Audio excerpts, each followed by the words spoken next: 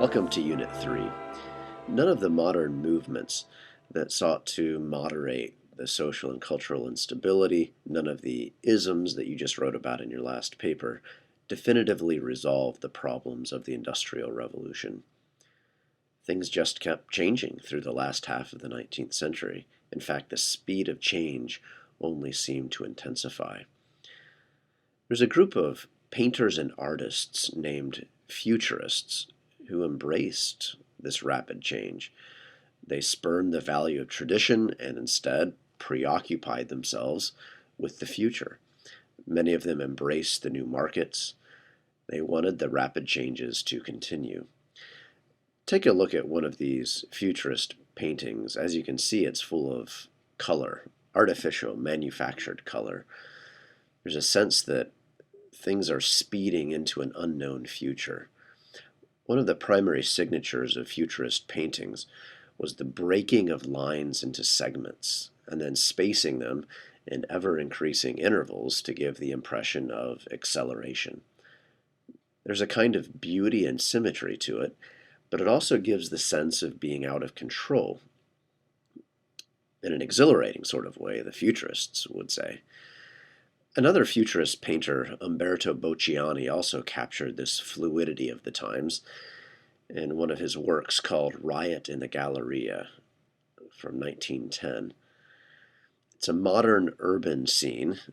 It's a public space in just about every way characteristic of the new age of enjoyment and consumption. As you can see, it's in a shopping district. It's just outside of a cafe. And it tells the story of movement, of speed, and of technology. There's a flurry of light and shadow. Figures are rushing toward the middle ground with their hands in the air. And at the center of it all are two women. You can see them. They're at the center, one in a long flowing blue dress, the other in a green dress. And they're engaged in a brawl that seems to pull everyone toward it. But we don't know the story itself. It's unintelligible. The riot, as most riots are, is irrational. There's both excitement and fear at the same time. This was a combination that fundamentally reflected the cultural instability at the turn of the 20th century. This swirl of instability was taken to a national, international, even industrial level in the 1910s. International tensions began to mount in the hot summer days of 1914 because war was on the way. Everyone knew it because there was a set of entangling alliances that began to draw nation after nation into this global conflict. But it was still a time of hope and of glory. The hope was that war, when it came, would be over by Christmas. The glory was the promise of ultimate victory in the crusade for civilization. So the declarations of war were greeted with songs and flowers, dancing in the streets, wild enthusiasm. These were healthy bodies, dancing, and whole faces singing. Look at these war recruiting posters. On both sides, there's this sense of hope and of glory. On the left, you can see a British poster. In the foreground, you see a full-length figure of a woman with an extended right hand holding a sword. This is a sense of determination, of justice, and of wholeness in the midst of chaos. And it's this chaos that you see in the background. It's a sinking ocean liner, the Lusitania, in which a German submarine, a U-boat, sunk a passenger ship. But that's in the background. In the foreground, again, you've got the sense of justice and of wholeness. Now take a look at the right-hand side of your screen. This is a German recruiting poster, and you can tell that the Germans also had this sense of optimism. In the foreground, a German soldier with a rifle in one hand, and then his other hand is raised in a V sign for victory. In the background, there's a factory and a cute town. The text declares, "Everything for the fatherland, everything for freedom." And at the bottom, it instructs people to register for the Border Infantry Battalion. Overall, you've got this sense of preserving a vibrant German civilization. But these posters were misleading. The result of war, of course, is broken faces, not whole faces. It became evident early in the fighting that the costs of war would be high. Soldiers at the front invariably died and had to be constantly replaced by civilian reserves. The home front had to sacrifice as well. The need for food and equipment were very, very high, and governments had to convince their citizens to sacrifice. They had to win battles on the home front as well. And the war was not over nearly as quickly as everybody expected. Instead of being over by Christmas, it wasn't over for another 4 entire years. And then 20 years later, there'd be another devastating war. This was World War II. But in the summer of 1914, no one yet knew these realities. This was in the future. For now, as these posters demonstrate, faces were still bold and confident and held together. In 1916, the Battle of the Somme was fought. It was one of the most absolutely devastating battles in human history. You'll read more about it in your primary source reader a little bit later in this unit.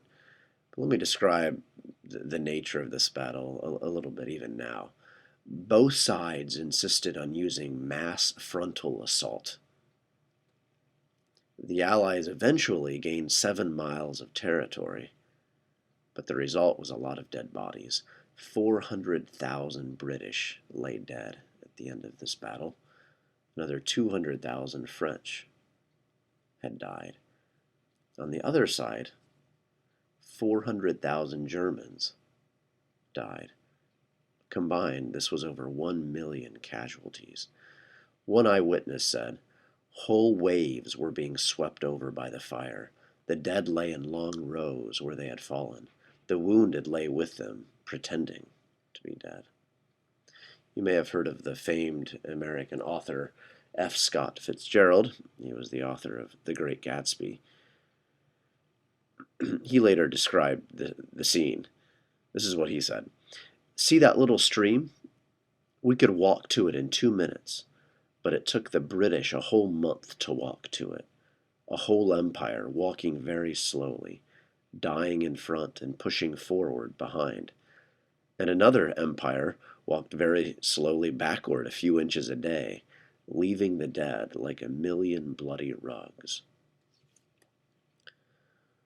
What made the Battle of the Somme and World War I in general so destructive were the new military machines.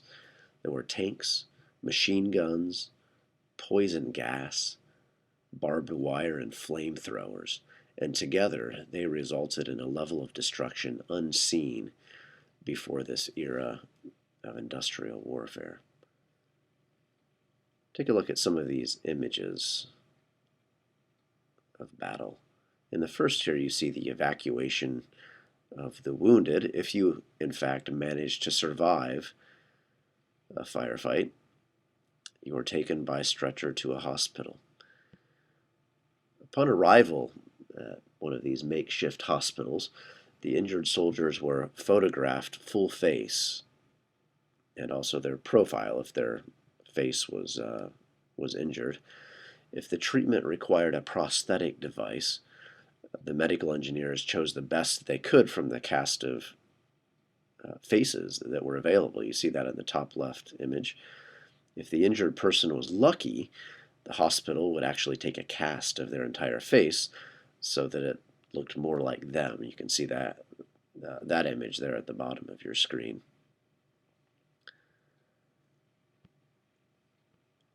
Primitive medical tools such as these intraoral splints were used that allowed destroyed faces to be rebuilt. The splint and the restraint kept the jaw in its proper position while surgeons worked.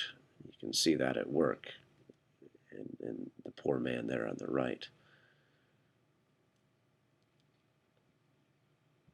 This man's face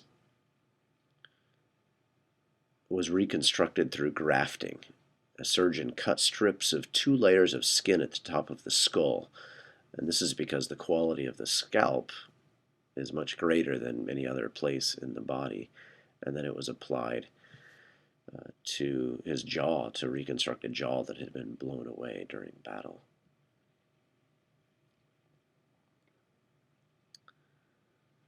The weight and rigidity of a prosthesis in this era was significant. Many of the most mutilated soldiers refused to wear their prostheses, instead preferring just to display the mutilation of their face or to simply conceal it with a simple bandage.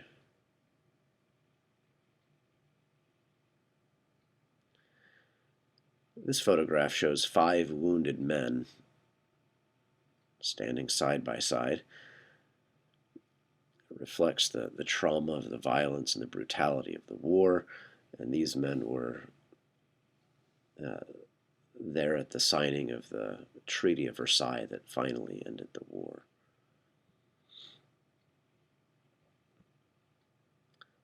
Artists, of course, observed the damage and depicted it graphically. This painting is called The War, and it's a representation of the war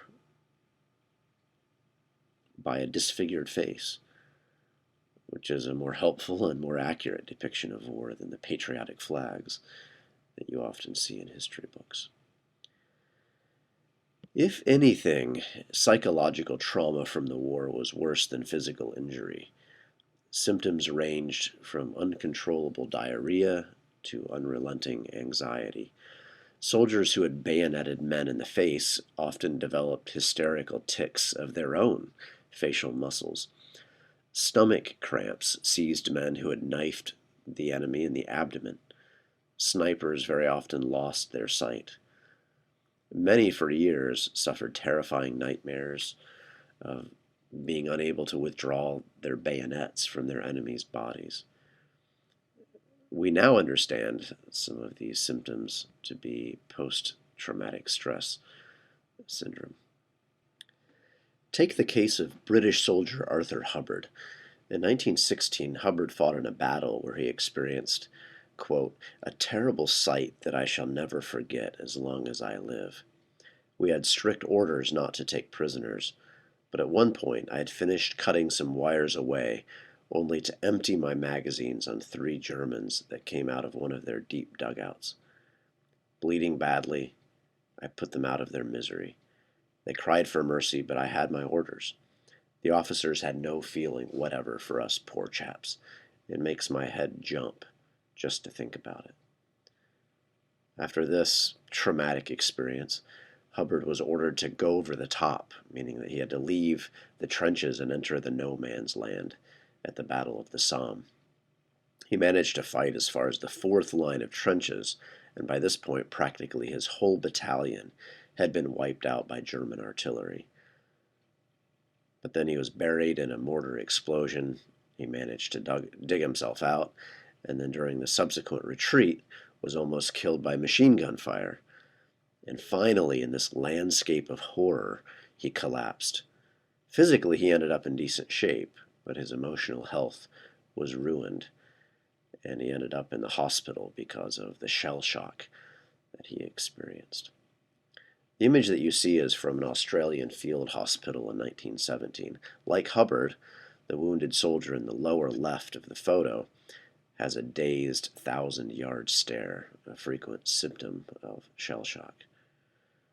Now take a look at some video footage of what shell shock looked like.